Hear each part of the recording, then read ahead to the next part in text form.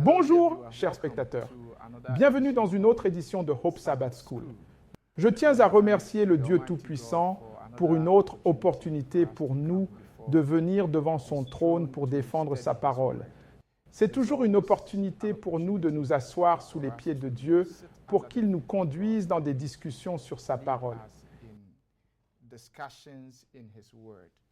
Et cela se trouve être le dernier trimestre de l'année 2024, le 4e trimestre. Nous examinons certains thèmes du livre de Jean. Et en fait, nous avons vu beaucoup de choses merveilleuses sur le Christ Jésus.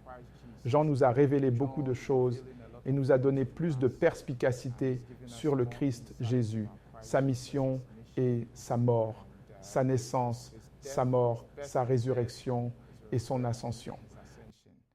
La semaine dernière, nous avons examiné l'accomplissement des prophéties de l'Ancien Testament. Et nous avons réalisé que Jésus-Christ était effectivement le Messie, accomplissant un grand nombre des prophéties annoncées par les premiers prophètes. Et cette semaine, nous allons nous intéresser à la source de la vie. Et la grande question que je me pose est, qui est la source de la vie? Et pour m'aider à mener cette merveilleuse discussion, j'ai mes gens, mes amis ici, mes amis érudits qui vont m'aider à mener la discussion. Le premier sur la liste est notre frère Samuel Intige.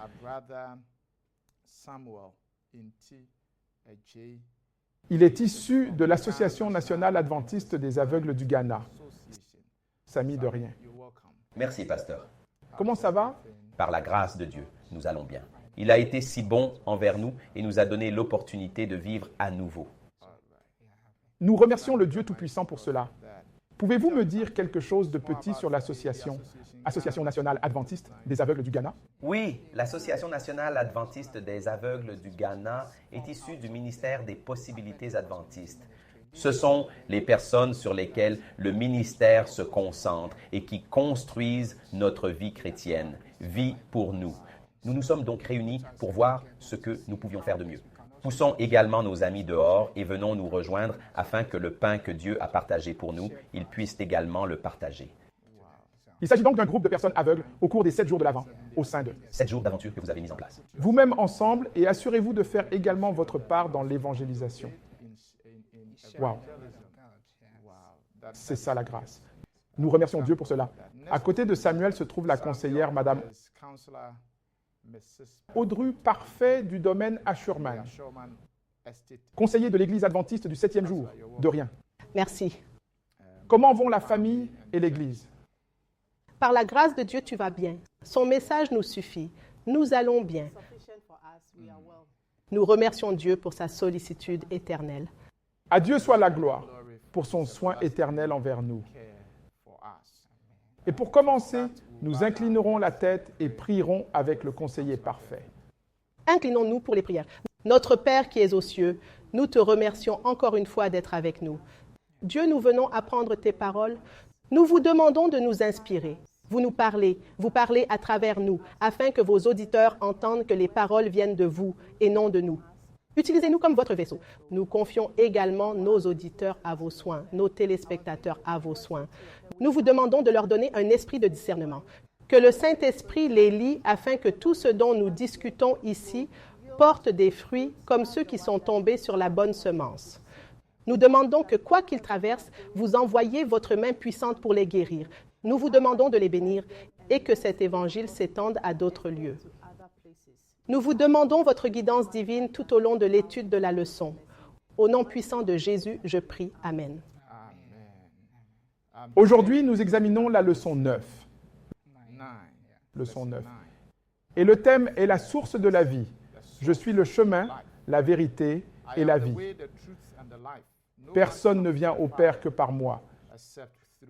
C'est Jean 14, 16. C'est un test courant que tout le monde connaît. Je suis le chemin, la vérité et la vie. Personne ne vient au Père que par moi. La source de la vie est le thème que nous examinons à Tijuana. En regardant le thème ou la légende et le texte de mémoire, comment se connectent-ils? Oui, il y a une source de vie. Et la plus grande question que j'aime, celle que vous avez posée plus tôt, c'est qui est la source de la vie? Et il existe un moyen de découvrir la source de la vie. La source de la vie est la vérité. Et la vérité, c'est Jésus-Christ. Il y a de nombreuses occasions où nous étudions la parole de Dieu. Peut-être avons-nous l'occasion de lire, mais parfois nous ne comprenons pas. Ce que nous devons savoir, c'est que Jésus est le chemin. Le chemin. Parce que chaque fois que nous sommes perdus dans la forêt, nous essayons de trouver un chemin pour revenir là où nous appartenons. Et cette route particulière que nous trouvons est celle de Jésus-Christ. Et il dit que si vous voulez aller à mon Père, si vous voulez arriver à mon Père, si vous ne passez pas par moi, vous ne pouvez passer par aucun autre endroit que moi. Donc, comme la vérité va aussi nous libérer lorsque nous sommes ciblés par beaucoup de choses, qu'est-ce qui va nous aider à nous libérer des problèmes que nous pouvons traverser ou des choses que les confusions que nous traversons? C'est la vérité et Jésus. La vie est le corps de Jésus-Christ. Chaque fois que nous traversons un problème, chaque fois qu'une situation se présente, nous avons besoin de trouver quelque chose pour nous en sortir. Et l'homme qui peut dire une parole dans nos vies, l'homme qui peut donner la vie éternelle, c'est Jésus-Christ.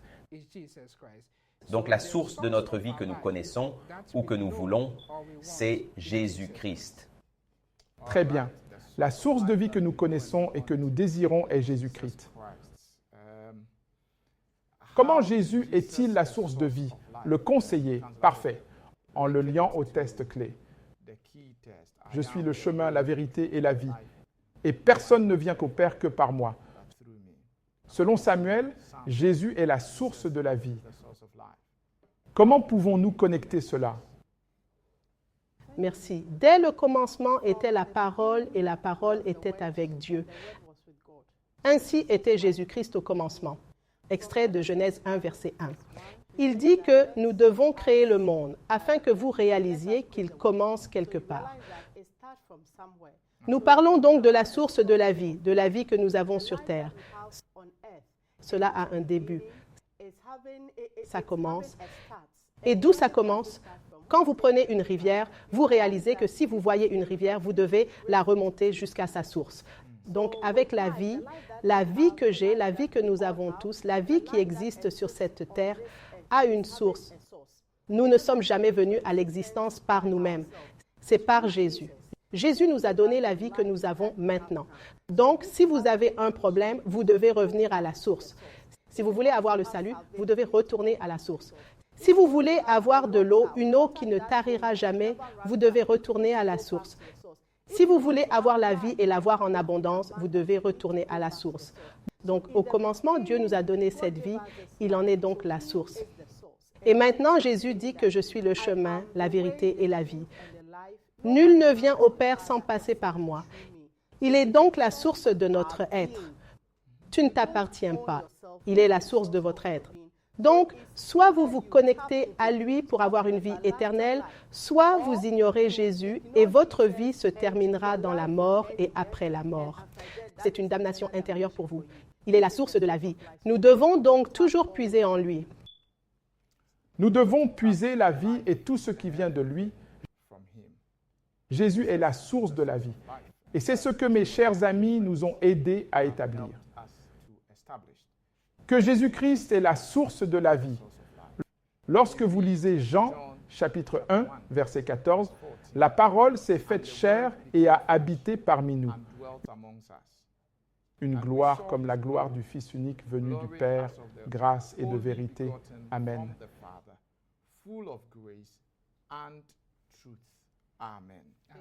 Et donc, oui, Jésus est la source de la vie.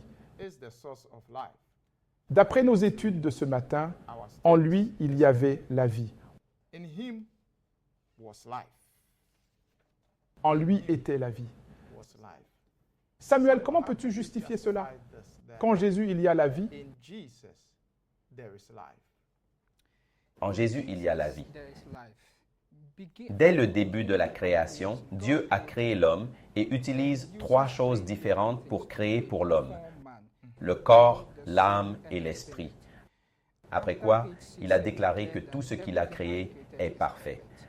Malheureusement, la tromperie est arrivée et nous sommes tombés et certaines parties de notre vie nous ont été enlevées. La partie spirituelle qui nous rend si complets a été supprimée.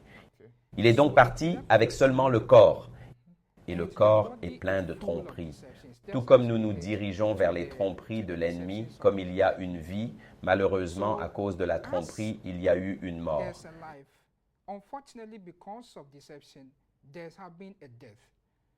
Alors nous ne vivons plus. D'où vient cette vie?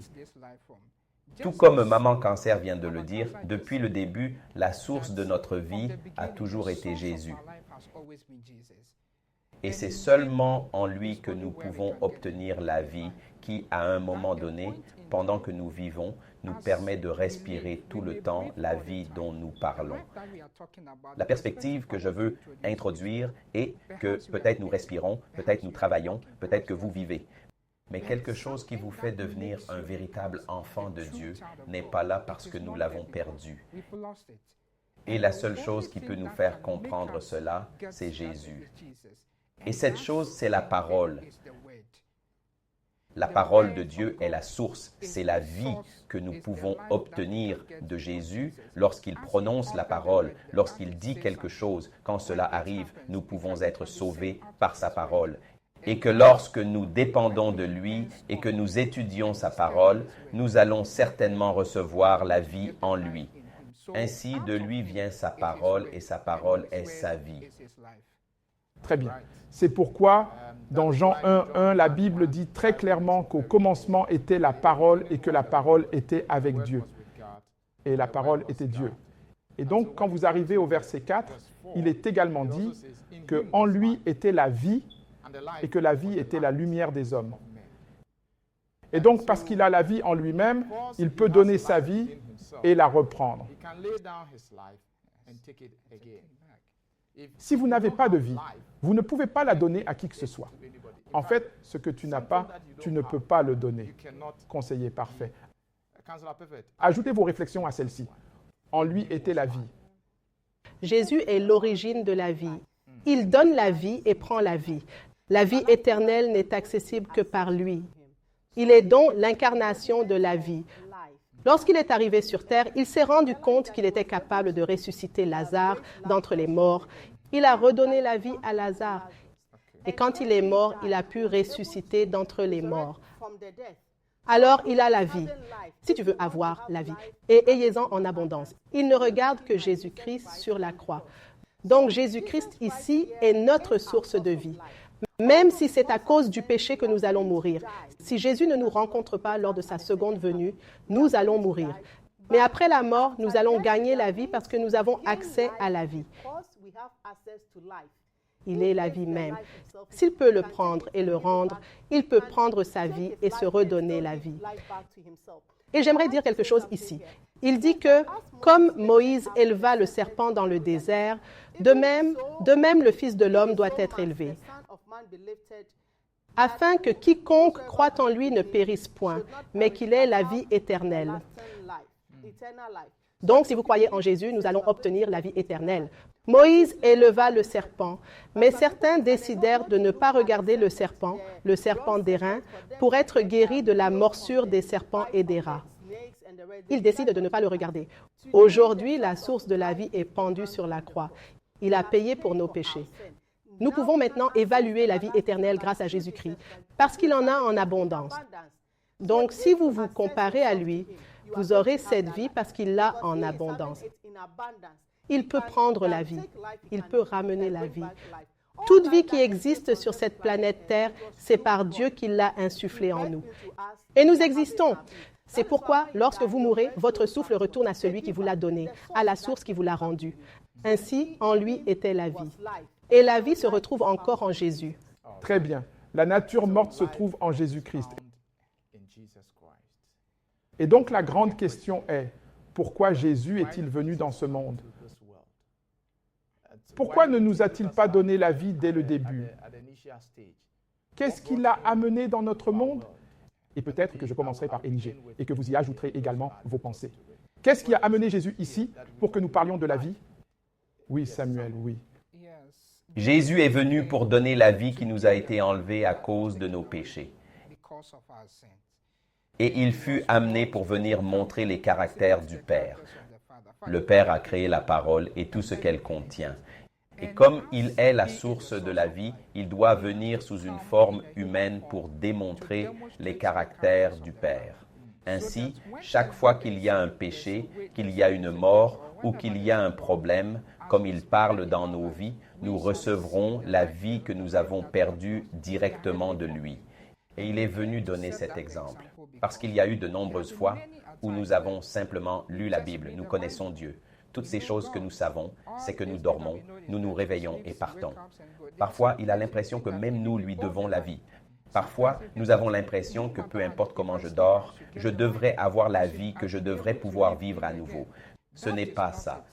Cela signifie qu'il y a quelqu'un qui détient cette vie.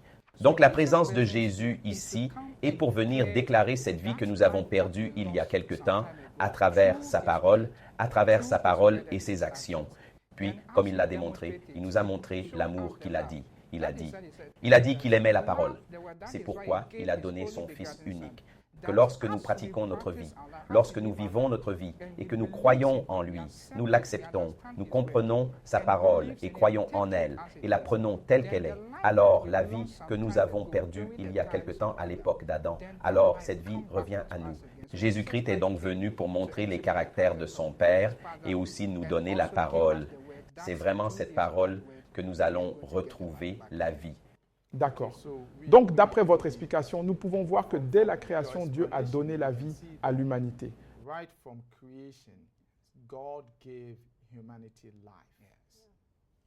La Bible indique clairement dans la Genèse que Dieu forma l'homme à partir de la poussière de la terre et souffla le souffle de vie dans ses narines, et l'homme devint une âme vivante.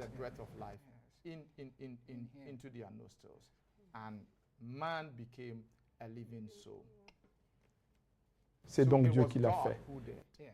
Et d'après l'explication que vous avez donnée, à cause du péché, l'homme a perdu ce genre de relation que nous avions avec Dieu.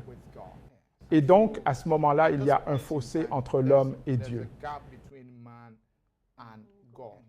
Et donc, nous ne pouvons combler ce fossé que par quelque chose. Et celui qui pouvait faire cela, c'était Jésus-Christ. Quelque chose qu'il aimait tant. Il aimait bien faire les choses. Et c'est pourquoi dans Jean 1,4, il est très clair qu'en lui était la vie et que la vie était la lumière des hommes. Et c'est seulement à travers le Christ que nous pouvons recevoir la lumière. Nous ne devons pas oublier qu'à cause du péché, nous avons perdu cette relation merveilleuse et agréable que nous avions avec Dieu. Et cette relation ne pouvait revenir qu'à travers Jésus-Christ. Et nous avons réalisé, grâce aux études, que c'est le péché qui a créé ce vide. Et c'est par le Christ que nous l'avons. Et alors, comment puis-je avoir ce genre de relation? Comment puis-je comprendre le caractère de Dieu conseiller? Parfait. Ainsi, Jésus-Christ est venu nous révéler le Père. Nous ne pouvons pas avoir accès directement au Père à cause du péché. Il fallait donc que Jésus-Christ vienne comme l'un d'entre nous à travers la Vierge Marie pour naître, afin que nous puissions avoir accès au Père à travers Jésus-Christ. C'est pourquoi, la plupart du temps, lorsque nous prions, nous n'avons pas besoin de prier par Jésus-Christ pour accéder au Père, à Dieu le Père et à vous. Nous devons aussi savoir qu'il est Dieu le Fils, parce qu'il est descendu sur terre et qu'il a manifesté envers nous le caractère du Père Dieu, c'est-à-dire aimant, attentionné, longanime, patient. Avec tout ce qu'on a fait, les coups, les moqueries et tout ça. Il a été patient avec nous et a tout fait pour nous montrer l'amour éternel, pour nous montrer l'amour agapé en donnant à nouveau sa vie pour nous. C'est ainsi que nous apprenons du Christ. Il veut que nous ayons cette sainteté, cette justice. Et par son exemple, Maintenant, nous sommes aussi chrétiens. Nous sommes des disciples de ce que le Christ et le Christ ont manifesté, de ce à quoi le Père ressemble pour nous. Pierre a demandé, Philippe a demandé, montre-nous le chemin vers le Père. Il a dit, tu es avec moi depuis tout ce temps. N'as-tu pas vu le Père? Si vous m'avez vu, vous avez vu le Père, parce qu'il se comporte exactement comme le Père. Tout ce qu'il dit, sa gentillesse, tout était comme le Père. Ainsi, en tant que chrétiens, nous modélisons la vie du Christ et le Christ a modelé la vie de Dieu. Nous pouvons également évaluer la justice par Jésus-Christ. C'est seulement par Jésus-Christ que nous pouvons accéder au Père. C'est seulement par Jésus-Christ que nous, aussi simples que nous soyons, pouvons évaluer le Père. Il est très clair que Jésus-Christ est venu pour nous montrer le caractère de Dieu. Ainsi, en voyant le caractère de Jésus, nous pouvons voir le caractère du Père. Si vous voulez voir le caractère du Père, vous ne le voyez qu'à travers Jésus-Christ. Et Jésus nous a donc donné un exemple. Il nous a donné une bonne idée de qui est le Père. Et il est devenu pour nous la source de vie. À un moment donné, lorsqu'il est venu ici sur terre, il était entouré de ses disciples. Il a fait beaucoup de choses merveilleuses et il leur a enseigné des leçons sur des leçons. L'un d'entre eux a mentionné qu'il devrait le faire. Laissez-moi lire Genèse 6, 62. Et alors, si vous voyez le Fils de l'homme monter là où il était auparavant, c'est l'Esprit qui donne la vie, le prophète de la chair. Rien que les paroles que je vous ai dites sont esprit et sont vie.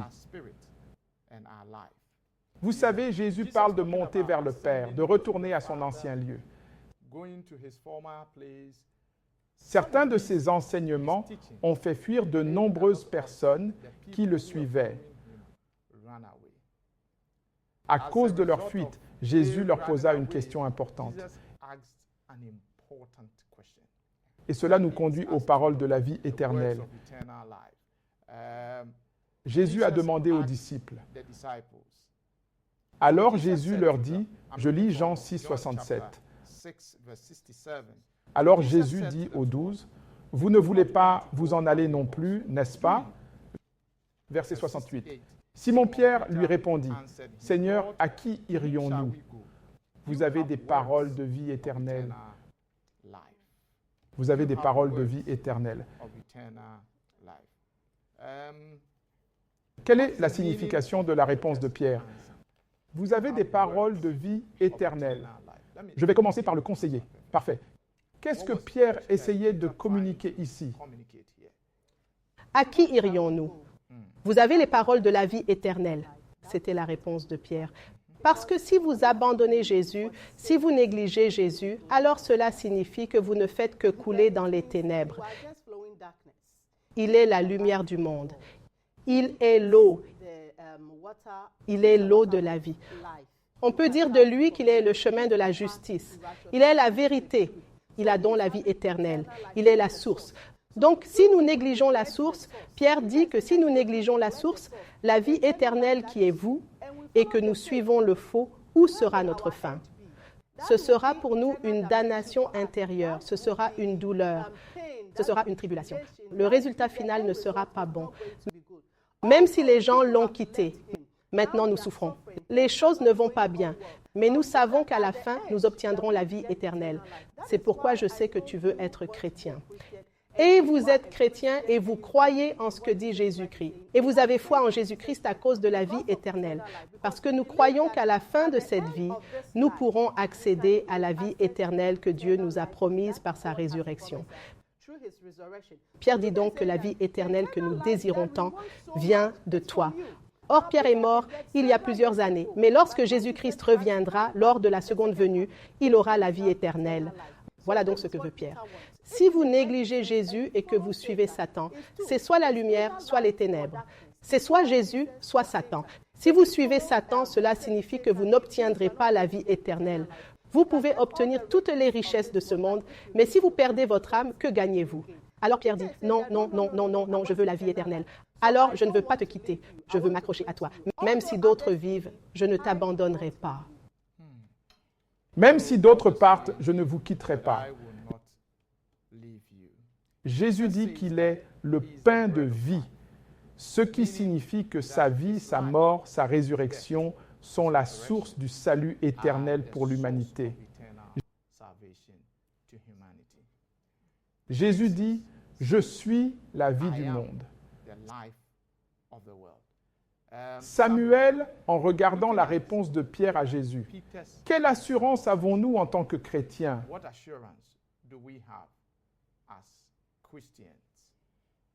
L'assurance que la réponse de Pierre nous a donnée est que Pierre représente un groupe de personnes qui ont eu l'occasion de goûter ou de voir la manière dont Jésus vit sa vie et qui ont compris que malgré toutes les connaissances que nous pouvons avoir dans ce monde, nous pouvons tout faire par notre force, par nos connaissances, par toutes les compétences que nous avons.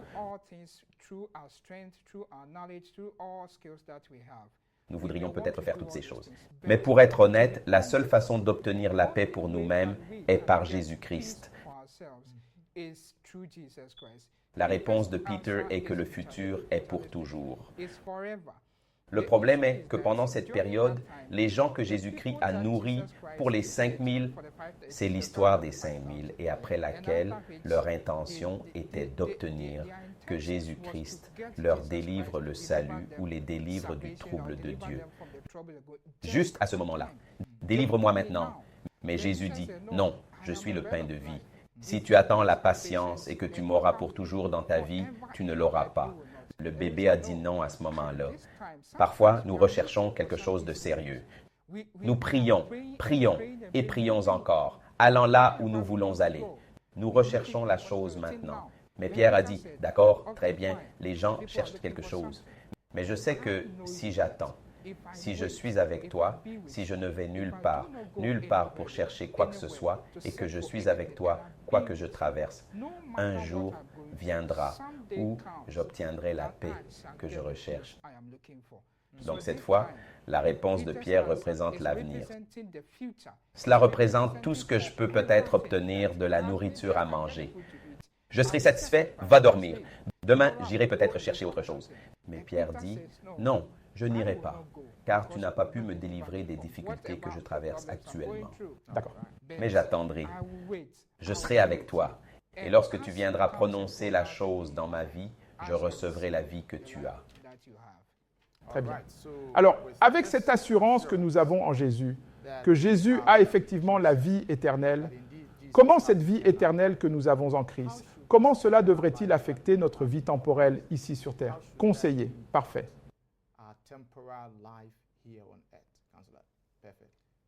Merci. Nous avons l'assurance d'une vie après la mort. Donc, si vous savez que cette terre n'est qu'un transit pour moi, cela signifie que quoi que vous fassiez ici, vous devez y être prudent. Parce que c'est cette vie qui va suivre, quoi que vous fassiez ici, qui va vous garantir la prochaine vie. Si vous acceptez, Jésus-Christ va vous garantir. Mais d'ici à, parce que vous savez que nous allons avoir une vie intérieure. Ce n'est pas la fin pour vous. Vous réalisez que lorsque quelqu'un décède, vous ne percevez pas quelqu'un qui n'a pas d'espoir. Nous avons l'espoir que cette personne, nous la rencontrerons au matin de la résurrection.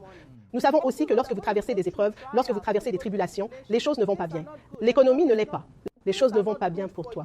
Travail, chômage, vous avez des problèmes de santé. Insuffisance rénale, hépatique, nombreux cancers, cancer du sein. Non seulement les choses se passent bien, mais nous avons l'espoir que cela finira. Mais j'ai une vie meilleure pour moi.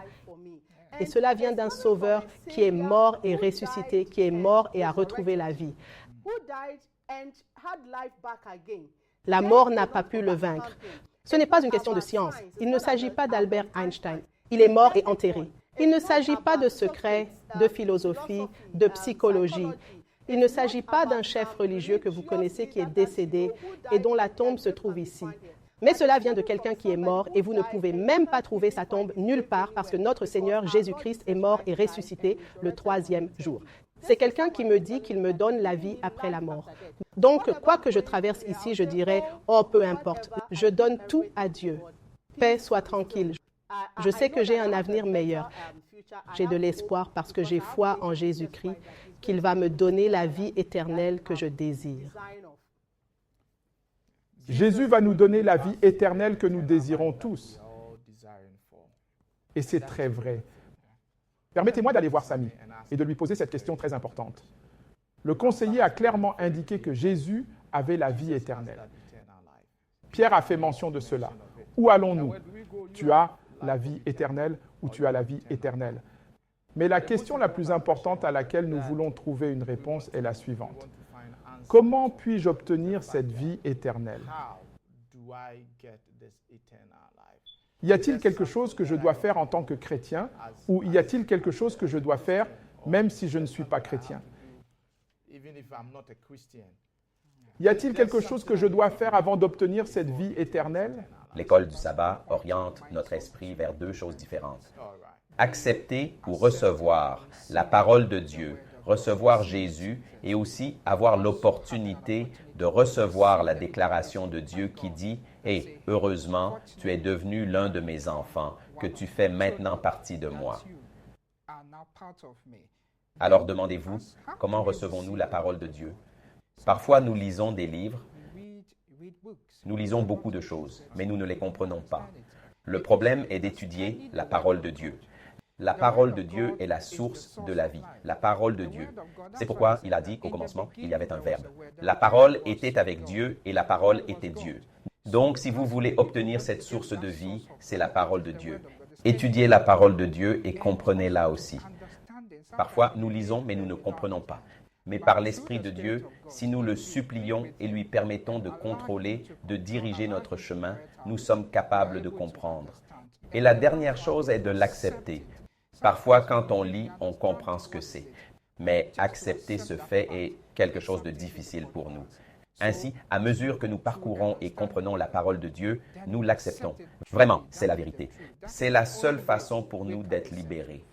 Ainsi, la manière dont nous pouvons obtenir la vie éternelle est d'étudier la parole de Dieu, de la comprendre, de l'accepter et de la pratiquer exactement comme il nous a demandé de le faire. Et en faisant cela, nous recevrons certainement la vie éternelle que nous désirons. D'accord, en croyant en Christ, n'est-ce pas ça? Oui, c'est ça. C'est l'extrait de la croyance. Donc, si vous l'avez et que votre rôle est de regarder. Nous parlons donc essentiellement de foi, n'est-ce pas? Oui. Et vous savez, du point de vue humaniste, vous voyez qu'ils abordent la foi d'une manière qui, permettez-moi de dire, l'approche humaniste de la foi stipule que nous devons trouver un fondement, les critères de la foi. Donc, du point de vue humaniste, avant de pouvoir avoir la foi, il faut qu'elle soit fondée sur quelque chose. Il devrait y avoir un critère pour ma foi. Regardons cela du point de vue chrétien. Et puis, dans l'approche biblique, il est également dit que la foi est le fondement, un don de Dieu. Vous savez, nous sommes des humains et donc nous sommes aussi des chrétiens. Nous étudions la Bible du point de vue humain. Il devrait y avoir un critère pour ma foi. Il devrait être accroché à quelque chose. Du point de vue chrétien, c'est un don de Dieu. Comment y arriver? Monsieur le conseiller, parfait, aidez-nous. Vous voyez, la foi elle-même est un don du Saint-Esprit. Ainsi, avant même de croire en Jésus-Christ, le Saint-Esprit doit toucher votre cœur. Nous apprenons la parabole du semeur. Vous devez le faire. Le Saint-Esprit doit toucher votre cœur. C'est la semence des dents. Touche ton cœur. Mais vous, lorsque le Saint-Esprit a touché votre cœur, vous avez besoin de le recevoir. Vous devez croire en son nom. C'est donc un cadeau qui nous est offert à tous. Ce n'est donc pas un processus scientifique qui nécessite des résultats empiriques ou des preuves avant de pouvoir y croire. S'il n'y a rien, alors ce n'est plus la foi. La foi, c'est croire en quelque chose que vous n'avez pas vu, mais dont vous savez que cela existe. C'est en cela que le christianisme est différent des autres. Alors vous croyez en Jésus-Christ. Alors le Saint-Esprit va travailler sur vous. Vous recevez Jésus-Christ, puis vous croyez en son nom. Croire en son nom, c'est agir comme il vous a demandé de le faire. Vous pouvez recevoir Jésus-Christ, mais vous ne croyez pas en son nom. J'ai donc reçu un message, mais comme je n'y crois pas, je ne vais pas le mettre en pratique. Mais j'ai reçu Jésus-Christ comme mon Seigneur et Sauveur personnel. Parce que j'ai reçu Jésus-Christ, je crois en son nom. Je vais donc faire ce que Jésus-Christ m'a demandé de faire avec l'aide du Saint-Esprit, qui m'a inspiré à le recevoir en premier lieu. C'est donc un don de Jésus-Christ et ce n'est pas l'école du sabbat. La Bible dit dans Jean 1, 2, 13, « Mais à tous ceux qui l'ont reçu, à ceux qui croient en son nom, elle a donné le pouvoir de devenir enfants de Dieu, lesquels ne sont pas nés du sang, ni de la volonté de la chair, ni de la volonté de l'homme, la naissance de Dieu. »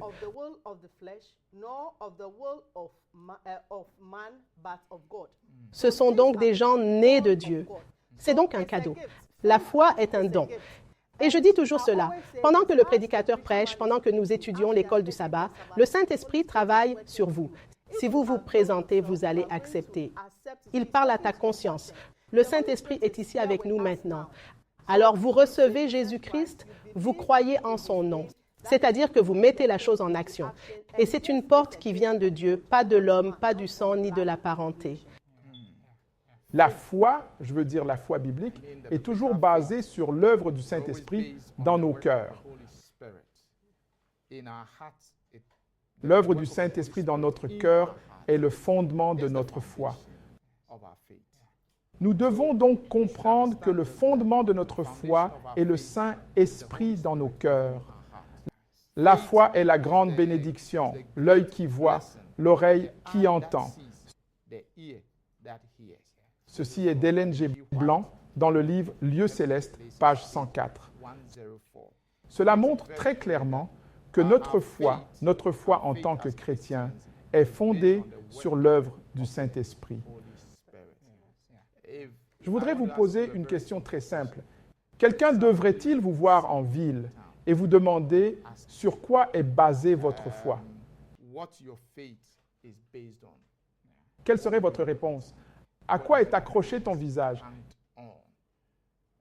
Quelle serait ta réponse, Samy? Et puis, conseiller Wozou, donnez-moi une réponse. Et pour mes téléspectateurs, nous parlons de foi. Nous parlons du processus d'obtention de la vie éternelle que Jean a mentionné. Et nous savons tous que Jésus est la source de la vie éternelle si nous pouvons l'avoir. Nous disons que c'est seulement par la foi. Et la question est, quelle est votre foi en l'école du sabbat? Il nous donne quelques conseils et nous aide à comprendre l'aspect humain. La vision humaniste. Je pense que la foi doit être basée sur quelque chose. Il devrait y avoir une sorte de critère. Mais nous croyons que la foi ne vient que par le Christ. C'est un cadeau que Dieu nous fait. Mais si quelqu'un vous demandait quelle est votre foi, quelle serait votre réponse? Quelque chose de petit? Ouais, Samy. Ma foi est donc fondée sur Jésus-Christ. Le problème est que parfois nous croyons tellement en nous-mêmes que nous pensons que nos connaissances sont suffisantes. Parfois, notre force est suffisante. Nos compétences sont suffisantes. Alors, au fur et à mesure que nous avançons, nous ne le faisons plus.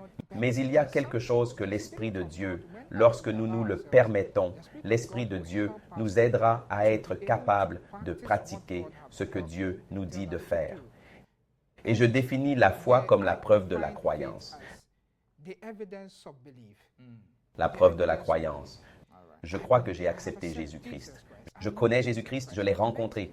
Peut-être qu'il a fait quelque chose qui nous sert de preuve dans nos vies. Qu'est-ce qui montre que vous lui êtes fidèle? Et cette preuve, c'est ce que vous pratiquez. C'est ce que tu fais. C'est ce qui montre peut-être qu'il est arrivé un moment crucial où le peuple d'Israël a besoin d'aller inspirer Canaan et de voir ce qui se passe. Deux personnes, deux groupes différents sont venus et ont donné deux récits différents. Voyez ce qui se passe là-bas. Eh bien oui, ils ont leurs armes, ils ont tout, c'est vrai. Et si vous regardez ce que nous traversons en Égypte, nous n'avons pas ces armes, nous n'avons pas ces compétences. Il est donc évident que nous n'avons pas besoin d'y aller. Deux autres personnes peuvent dire non.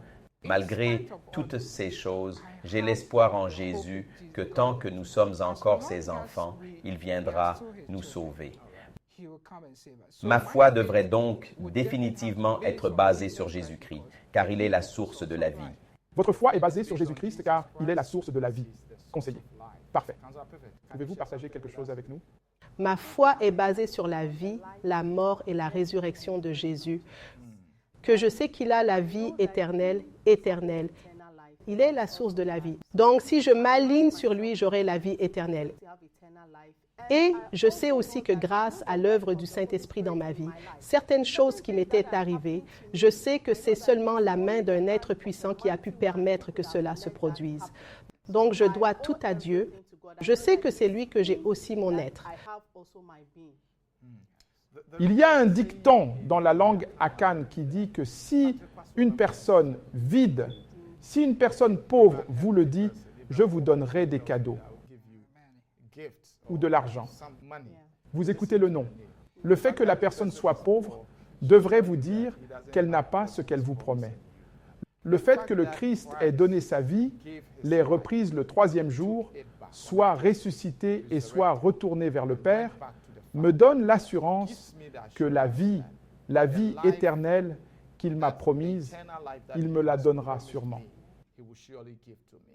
Et donc ma foi, comme vous l'avez tous dit, repose sur la mort de Jésus, sa résurrection et son ascension vers le Père. Le fait qu'il soit là avec le Père. Nous savons que lorsque nous mourrons aujourd'hui, comme Jésus est ressuscité, nous reviendrons également à la vie. Et c'est l'espoir que nous avons. Et c'est avec cette espérance que nous voulons aussi vous assurer que si vous faites confiance au Christ Jésus, si vous lui donnez votre vie, lui aussi vous donnera cette vie éternelle. Il est mort sur la croix et il ne fut pas laissé dans le tombeau. Le 3e jour, il est ressuscité et il est avec le Père pendant que nous parlons. Et c'est donc l'assurance que nous avons. Et je veux que vous vous joigniez à nous pour que nous puissions tous avoir cette assurance. L'aspect le plus triste du livre de Jean est le fait que Jésus a également été rejeté dans une certaine mesure.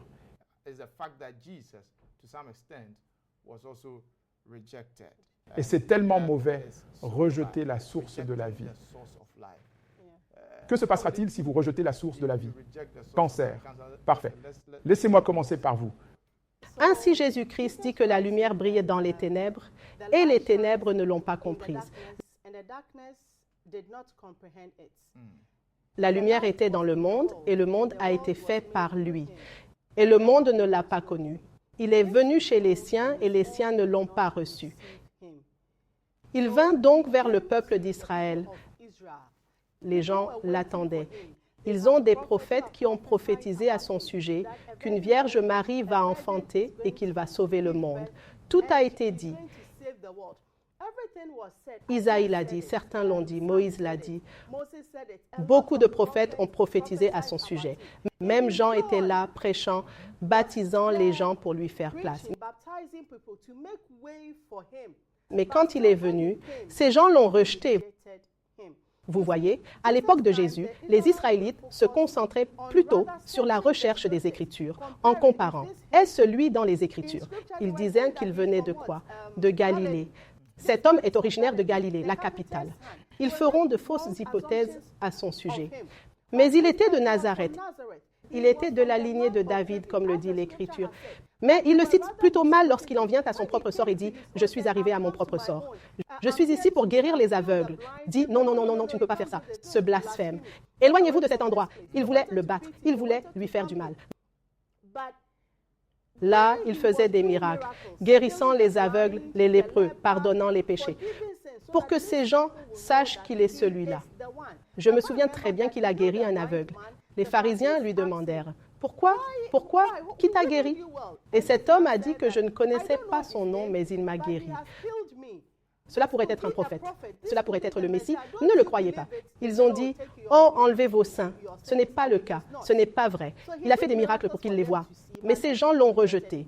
Et notre temps maintenant, nous sommes plutôt, au lieu de chercher les Écritures, il y en a 10. Nous recherchons plutôt des miracles afin que lorsque nous en voyons, nous croyions qu'il s'agit de Jésus. L'Écriture nous a dit que Jésus-Christ leur a fait des miracles. Ils ne l'ont jamais cru. Ils étaient plutôt occupés à rechercher les Écritures, qu'ils citaient de manière erronée.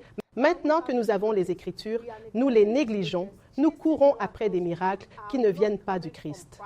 Notre croyance est simplement basée sur le miracle. Si Jésus-Christ fait cela pour moi, alors cela signifie que c'est Jésus. Non, Jésus-Christ n'est pas un magicien. Les miracles que nous allons recevoir sont un sous-produit. Devenir chrétien n'est pas automatique. Vous aurez le miracle. Parfois, Jésus-Christ dira que c'est bon. Non, parfois, oh, comprends-le maintenant. Parfois, attends, c'est Jésus. Ils l'ont rejeté. Ils ont rejeté la source de la vie. Est-ce que nous aussi nous le rejetons? Vous voyez, la Bible nous fait prendre conscience que les Canidés servent 12 épices de chaque tribu d'Israël. On représentait un voyage en Canaan pour espionner, pour voir. Mais quand ils sont revenus, 10 ont décidé de rendre des comptes. Non, non, non, nous ne pouvons pas. Ces gens sont trop pour nous. Nous ne pouvons pas. Seules 2 personnes, Josué et Caleb, ont dit que non, nous ne pouvons pas. Dieu a fait cela pour nous. Dieu a fait cela pour nous. Regardez le passé par lequel Dieu nous a fait traverser. Dieu peut nous livrer ces gens. Mais ils préfèrent écouter les 10 et on sait ce qui leur est arrivé. Nous ne devons pas courir après les miracles, mais plutôt étudier la parole. Ils ont rejeté Jésus-Christ, bien qu'il leur ait accordé le miracle. Ils se concentraient tellement sur la mauvaise citation de la parole de Dieu. Mais Pilate, qui n'était pas croyant, crut à Jésus-Christ et écrivit « C'est le roi des Juifs ». Ils dirent « Démolissez-la ». Mais il a dit « Non, je ne vais pas le démolir. C'est le roi des Juifs. Jésus-Christ de Nazareth, le roi des Juifs. Recherchez-vous des miracles et rejetez-vous la source de la vie. Étudiez la parole et prouvez votre fidélité. » Étudiez la parole et prouvez votre fidélité. Jean 1, 5. Dit que la lumière brille dans les ténèbres et que les ténèbres ne l'ont pas reçue. Dans Jean 1, 10, 11, la Bible indique également très clairement qu'il était dans le monde et que le monde a été créé par lui et que le monde ne l'a pas connu. Verset 11, il est venu chez les siens et les siens ne l'ont pas reçu.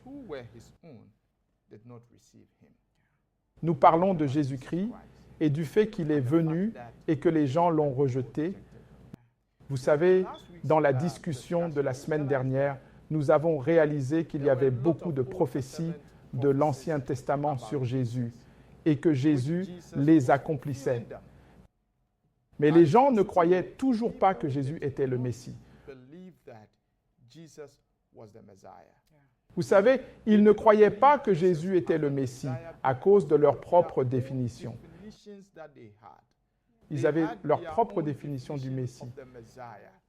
Ils avaient quelques hypothèses sur la messianité, sur qui le Messie devait être, sur la manière dont il devait être, sur la manière dont il devait se conduire et sur le reste, en fait. Et c'est exactement ce qui se passe de nos jours également.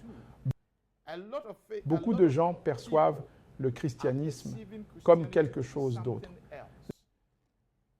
La définition que nous avons donnée au christianisme fait qu'il est très difficile pour nous d'accepter la bonne foi, d'accepter Jésus-Christ, le Messie de ce monde. Et donc, mes chers amis, autrefois, ils rejetaient le Messie. Les Juifs, ils étaient savants. C'est là l'aspect le plus fascinant de toute cette histoire. Ils étaient instruits. C'étaient les gens de la Bible. Ils étudiaient la Bible tout le temps. Mais à cause de leur propre définition et de leurs propres attentes, Jésus est venu, mais ils ne pouvaient pas le comprendre.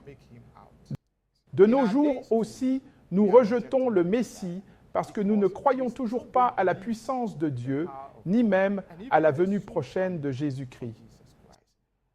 Samuel, en regardant l'incrédulité, le manque de foi des 10 parmi les 12 qui ont été envoyés pour aller explorer le pays de Canaan, comment rejetons-nous aussi aujourd'hui et ne croyons-nous pas à la puissance de Dieu?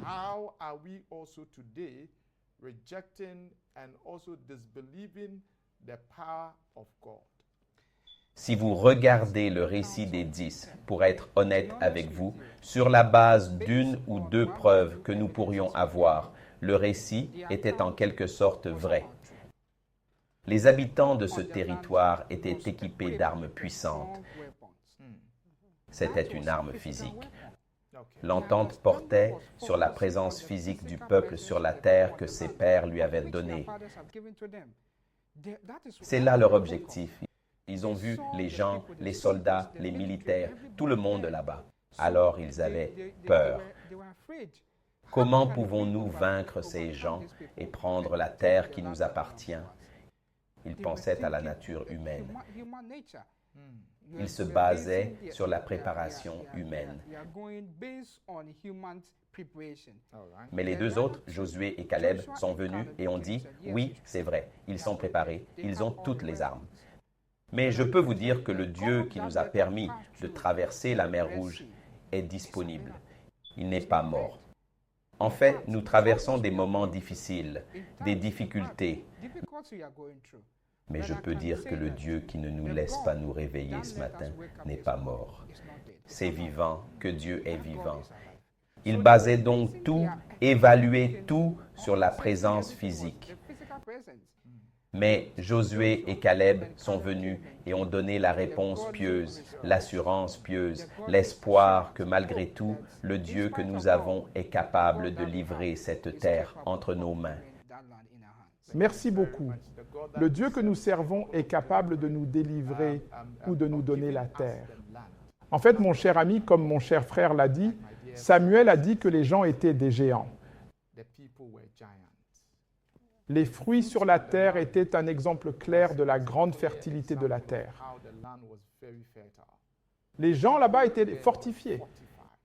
Et donc, du point de vue humain, on pouvait voir qu'il n'y avait aucun moyen pour les Israélites de vaincre cette puissante armée. Mais les deux ont également réalisé à quel point leur Dieu était puissant. Mon cher ami, je sais que les défis et les échecs sont juste devant toi. Vous traversez de nombreuses épreuves. Mais croyez-moi, si vous pouvez avoir foi en Dieu, si vous pouvez faire confiance à la puissance du Saint-Esprit, que Dieu est capable de vous aider à surmonter ces défis, vous les surmonterez sûrement. Continuez à faire confiance à Dieu, peu importe ce que vous traversez. Parce que ces choses-là, les creusets, ils doivent venir. Et la Bible nous le dit très clairement. Lorsque nous sommes capables de traverser tous ces creusets, à la fin de la journée, nous avons la couronne de vie. Pourquoi certaines personnes sont-elles condamnées? Conseillé? Parfait. Oui. Donc, c'est deux. Comme nous l'avons déjà évoqué, c'est la lumière et l'obscurité. C'est soit Jésus-Christ, soit Satan. Il s'agit soit de la vie intérieure à laquelle vous pouvez accéder par Jésus-Christ, soit de la damnation intérieure que vous allez avoir si vous vous permettez de faire de mauvaises choses avec Satan. Et nous savons que si vous faites de mauvaises choses, vous ne pouvez pas rester dans la lumière. Toutes les choses sombres, toutes les mauvaises choses se font dans l'obscurité, Tante Roberts, surtout dans le noir. Les gens sont froids avec les filles, la plupart du temps ils attendent quand il fait nuit. Ensuite, ils vont se placer dans des endroits obscurs. La lumière est pour la pureté. La lumière est pour les choses qui sont propres. La lumière est destinée aux choses que les gens peuvent soutenir et applaudir. Ainsi, Jésus-Christ est la lumière. Et si vous abandonnez cette lumière, cela signifie que vous allez mourir dans votre péché. Ainsi, le Christ dit qu'il n'y a que la condamnation pour ceux qui n'acceptent pas la lumière qu'il offre. Il est la source de la vie. Donc, si vous ne puisez pas dans la source de la vie, si vous rejetez la source de la vie, alors où est la vie? Vous ne pouvez pas l'obtenir. C'est donc là que vous pouvez obtenir une condamnation. Mais Jésus-Christ ne veut pas qu'aucun d'entre nous périsse. C'est pourquoi il nous offre la vie éternelle. Que nous devrions l'évaluer. Nous devons accepter le Saint-Esprit. Nous devons écouter les suggestions du Saint-Esprit. Nous devons croire en lui afin qu'il puisse nous donner accès à la vie éternelle. D'accord. Dans Jean 3, 18, la Bible dit très clairement que celui qui croit en « il » n'est pas jugé. Celui qui ne croit pas est déjà jugé parce qu'il n'a pas cru au nom du Fils unique de Dieu. Dans Jean chapitre 3, verset 36, la Bible indique également clairement que celui qui croit au Fils a la vie éternelle. Mais celui qui n'obéit pas au Fils ne verra pas la vie, mais la colère de Dieu demeure sur lui. Jean 5, 24 dit aussi, « En vérité, En vérité, je vous le dis, celui qui écoute ma parole et qui croit à celui qui m'a envoyé a la vie éternelle et ne vient pas en jugement, mais il est passé de la dette à la vie. Alléluia. Amen. Et donc, croire en Jésus-Christ signifie que vous avez la vie éternelle. Le rejeter signifie que vous faites face à un jugement. Samy, ton dernier mot. Je voudrais revenir rapidement sur les récits qui nous sont donnés dans Matthieu chapitre 4. Alors que Jésus-Christ rencontrait l'ennemi pendant le temps de préparation pour assumer la nature du Messie à sa venue, il vint le tenter à plusieurs reprises. Et j'ai remarqué quelque chose. Depuis la première tentative jusqu'à la dernière, toutes se produisent maintenant. Le premier était la nourriture. Maintenant, nous cherchons de la nourriture. Le deuxième était le pouvoir. Maintenant, nous recherchons le pouvoir. Le troisième concerne la richesse. C'est ce que nous recherchons. Alors Jésus-Christ a donné une très belle réponse. Et cette réponse ne consiste pas seulement à avouer, à dire quelque chose. Il sait de quoi il parle. C'est ce que dit le Seigneur. C'est écrit, c'est écrit. Pourquoi est-ce écrit? Croyez-vous cela? En effet, c'est écrit. Donc, la déclaration est que toutes ces choses que la preuve nous a données, que Jésus-Christ lui-même a été tenté par toutes ces choses dans ce monde, nous sommes tentés. Et la seule façon dont nous pouvons être sauvés des tentations du diable est, c'est écrit, OK. La seule façon de sortir des tentations du diable est de croire à la parole écrite de Dieu. Le Christ est la seule source de vie. Si nous désirons la vie, nous devons nous accrocher à lui seul et à aucune autre créature. Même les anges, saints ou déchus, ne peuvent nous donner la vie, car leur vie vient de Dieu. Amen. Merci beaucoup. Pour terminer la discussion, nous inclinons la tête et Samuel nous fera une courte prière. Prions. Nous te remercions, Jésus, pour tout ce que tu as fait pour nous cette fois-ci. Vous nous avez donné votre parole et votre sagesse. Nous vous en supplions. Que cette parole soit aujourd'hui une bénédiction dans nos vies. Nous prions pour nous-mêmes qui sommes venus étudier ta parole. Nous confions vos téléspectateurs à vos soins, s'il vous plaît. Alors que nous écoutons cette parole aujourd'hui, qu'elle devienne une bénédiction. Dirige notre chemin, dirige notre bouche, dirige nos voix, afin que nous puissions vivre nos vies comme toi. Nous confions Hope TV à vos soins. Que lorsqu'il entreprend de faire cela, il soit béni. Que la preuve de tes bénédictions soit là. Que lorsque nous nous réunirons à nouveau, nous te louerons tous et te rendrons grâce. Ceci et bien d'autres. Nous demandons au nom de notre Seigneur Jésus-Christ. Amen. Amen. La semaine prochaine, à la même heure, tu pourras à nouveau y assister. Je m'appelle Pasteur Isaac Opoku. Merci. À la semaine prochaine. Au revoir.